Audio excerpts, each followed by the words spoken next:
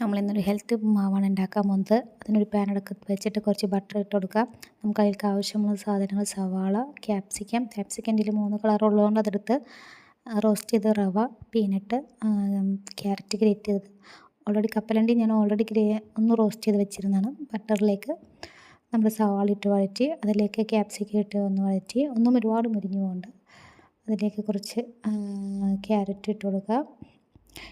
Carrot ഇടുമ്പോൾ മാത്രത്തിൽ അതിൻ്റെ ഒരു പച്ചപ്പൊന്ന് ഇതാവുന്നവരെ, ചിലവർക്ക് അതിൻ്റെ ഒരു ടേസ്റ്റ് ഇഷ്ടമില്ലാത്തതുകൊണ്ട്. അതിലേക്ക് ഞാൻ പീനട്ട് ഇട്ട് കൊടുത്തിട്ടുണ്ട്. ഓൾറെഡി പീനട്ട് ഇടുന്ന വീഡിയോ മിസ്സായിപ്പോയി. അതിലിട്ട് നന്നായിട്ട് വഴറ്റുക. അതിലേക്ക് നമ്മുടെ റോസ്റ്റ് റവയാണ് മേടിച്ചത്. അതൊന്നും കൂടി ഒന്ന് പാനിലിട്ട് ഞാനൊന്ന് ബട്ടറിട്ട് റോസ്റ്റ് ചെയ്തതാണ്. ആ റവ ഇട്ട് കൊടുക്കുക. അതിലേക്ക് നമുക്ക് ആവശ്യത്തിന് ഒരുപാട് ഓരോരുത്തരുടെ ഇഷ്ടത്തിനാണ് വെള്ളം ഒഴിക്കുന്നത്. ചിലവർക്ക് ഇച്ചിരി കുഴമ്പ് പരുവത്തിലായിരിക്കും ഇഷ്ടം, ചിലവർക്ക് ഇത്തിരി ഡ്രൈ ആയിട്ടുള്ള പരുവത്തിലായിരിക്കും. ഇവിടെ ഇത്തിരി ഡ്രൈ ആയിട്ടുള്ള ഉപ്പുമാവാണ് ഇഷ്ടം.